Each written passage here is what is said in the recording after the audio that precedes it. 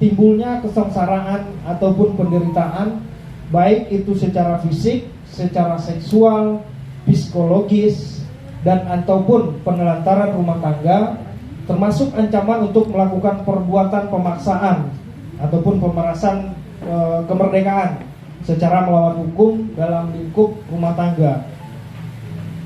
Sebagian besar KDRT terjadi pada kaum perempuan, bapak-bapak dan ibu-ibu. Pelakunya kalau di dalam rumah tangga tentunya si suami.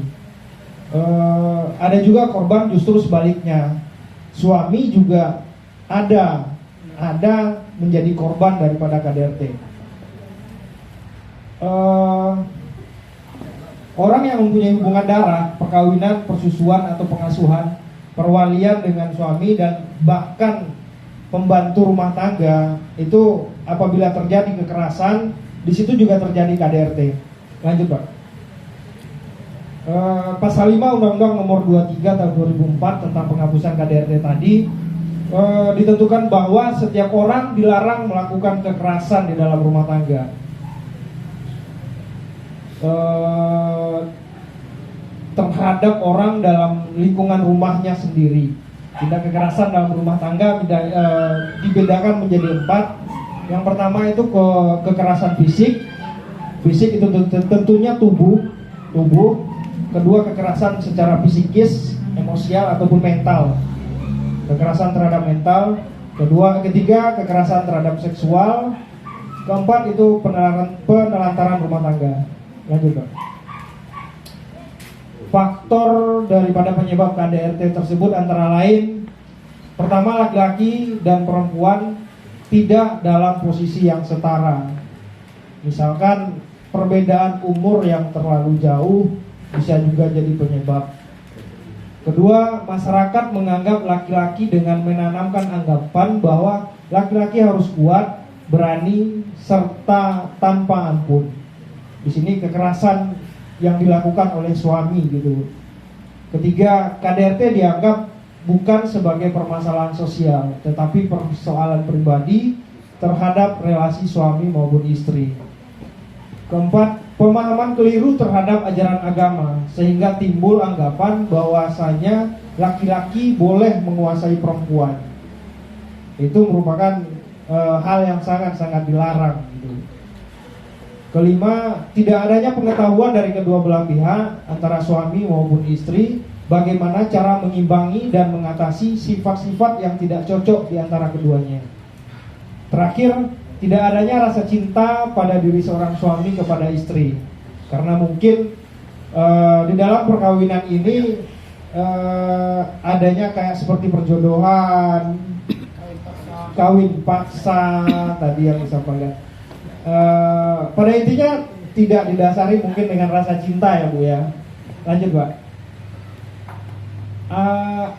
Akibat yang ditimbulkan daripada KDRT ini cedera berat ini fisik, tidak mampu menjalankan tugas sehari-hari, pingsan, luka berat pada tubuh korban atau luka yang sulit disembuhkan atau yang menimbulkan bahaya kematian, bisa menyebabkan kematian.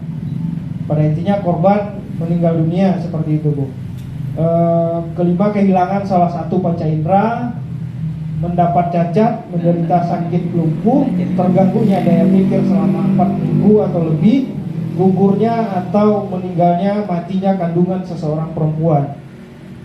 10 sama tadi kematian korban, gangguan kematian. 11, gangguan tidur atau gangguan makan atau ketergantungan obat atau disfungsi seksual yang salah satu atau kesemuanya berat atau menahun. Lanjut Pak. Penanggulangan KDRT. Di sini untuk menghindari terjadinya kekerasan dalam rumah tangga diperlukan cara-cara penanggulangan kekerasan itu sendiri. Di antaranya pertama, perlunya keimanan yang kuat dan akhlak yang baik dalam berpegang teguh kepada agama. Intinya di sini agama penting, agama sangat penting. Kedua, harus tercipta kerukunan dan kedamaian di dalam sebuah keluarga. Ketiga, terjalinnya komunikasi yang baik antara suami dan istri. agar tercipta sebuah rumah tangga yang rukun dan harmonis. Intinya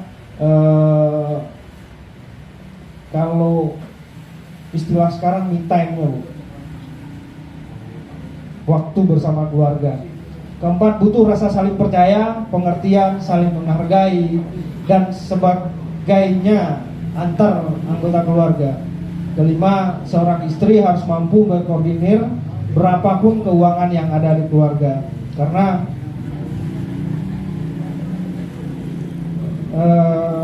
faktor keuangan lah. Keenam, kedua belah pihak harus sama-sama menjaga agar tidak terjadi konflik yang bisa menimbulkan kekerasan. Yang ketujuh, pengetahuan, yang intinya di sini membaca buku atau cerita-cerita tentang bagaimana menerapkan sebuah keluarga yang baik. Lanjut, Pak. Ancaman hukuman bagi pelaku KDRT di dalam undang-undang KDRT tersebut, pertama penjara, Bu. Penjara sudah jelas, dimasukkan ke dalam penjara bagi seseorang pelaku KDRT. Kedua, ada denda, dan juga terakhir ada rehabilitasi. Lanjut, Pak.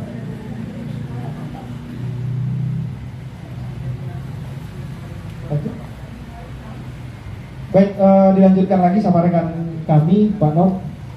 Izin Ibu. Oke, terima kasih. Tadi break sedikit Pak, ada tenggorokan kering. Izin ini ada juga di sini usaha non penal kelompok 3, yaitu posko kita di sini, yaitu posko konseling pelindungan anak dan perempuan di Kenegarian Pujarayu. Bapak-bapak, ibu-ibu bisa berdonasi jika ada permasalahan, kami siap untuk membantu karena kami berdomisili di sini. Dan juga tenaga konseling ini sudah ada, yaitu dari Kantukua ya, penyuluh. Itu pernah tokoh masyarakat, penyuluh agama, dan anggota kelompok 3 sendiri, yaitu kami yang berada di Pasang Barat. Next. Posko bimbingan konseling perlindungan anak perempuan di Kenegarian Pujarayu, inilah tempatnya di rumah ini. Nanti saya tinggalkan nomor HP saya, nomor HP teman-teman semuanya. Next, please. Ini juga data perkara anak, perbandingan perkara kekerasan terhadap anak. Ini kita dapatkan data dari Polres, yaitu nomor 1 tahun 2022. Alhamdulillah di Pujarayu ini sangat kecil sekali, karena orang-orang di sini orang pintar, orang banyak ilmu pengetahuan, maka itu jumlah kasus KDRT ini hanya 2, dan jumlah kasus penangkapan anak hanya 1. Itu pada tahun 2022.